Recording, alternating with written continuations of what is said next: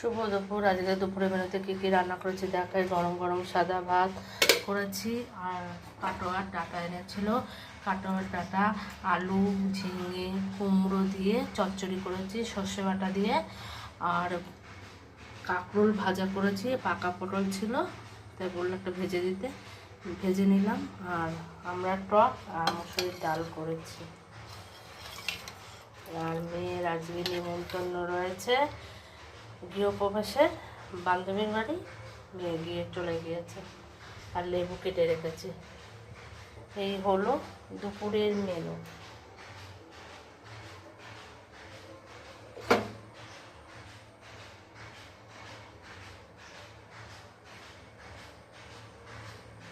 বন্ধুরা দেখো কি কালো মেঘ করেছে, দেখাচ্ছি এরকম কালো করেছে। দুপুরবেলায় অন্ধকার করে আসছে, বৃষ্টি নামবে কেমন আকাশটা অন্ধকার করে এসেছে। এই পর্যন্ত, সবাই ভালো থেকো। শুভ রথযাত্রা। আজকে তো উল্টো রথ।